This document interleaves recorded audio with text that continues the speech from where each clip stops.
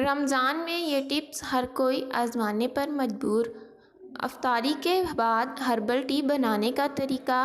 अफ्तारी के बाद 1 कप पानी में ज़रा सी ग्रीन टी, पुदीना और थोड़ा सा नींबू निचोड़कर उबाल कर पी लें।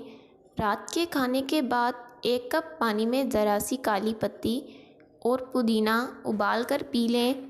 चाय में शक्कर डाल सकते हैं। रात को खजूर खाने से मैदे का कैंसर जिंदगी भर नहीं होता और ना ही मैदा खुश्क होता है।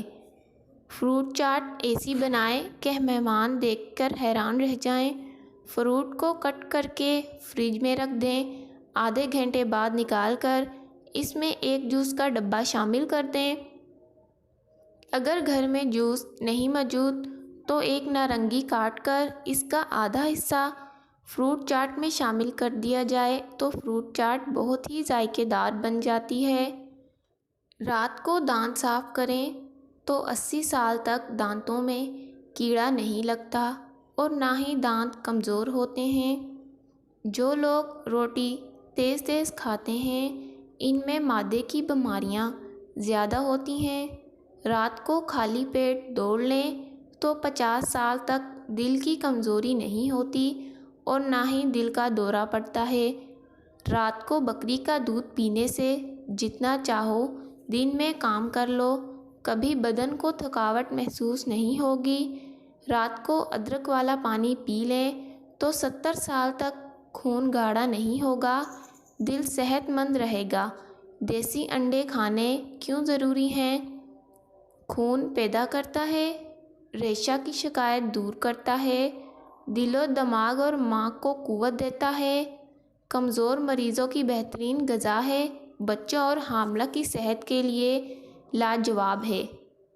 पकोड़े बनाते वक्त बेसन ख़त्म हो जाए या बेसन कम पड़ जाए तो अंडे में नमक और लाल मिर्च डालकर पकोड़े के अमाज़े में शामिल कर दें। बहुत ही मज़ेदार और ज़बरदस्त पकोड़े बनकर तैयार हो जाएंगे। अफ्तारी के बाद बहुत सारे लोगों के सर में दर्द और थकन महसूस होती है। ऐसे में सर और पैर के तलवे की तेल से मालिश करें और अफ्तारी के बाद 1 कप चाय ज़रूर पी लिया करें और अफ्तारी से लेकर सहरी तक थोड़ा थोड़ा पानी ज़रूर पीते रहें ताकि पानी की कमी ना हो। तेल का बार बार इस्तेमाल सेहत के लिए नुकसानदा है क्योंकि तेल गंदा हो जाता है। ऐसे में अफ्तारी की अशिया तली जाएं, इस पर काले ज़रात चिपक जाते हैं।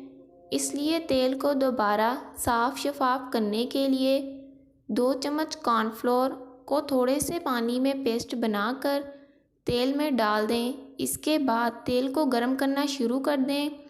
आहिस्ता आहिस्ता तेल में मौजूद तमाम ज़रात कॉर्नफ्लोर में चिपक जाएंगे और तेल बिल्कुल नए जैसा साफ़ शफाफ हो जाएगा।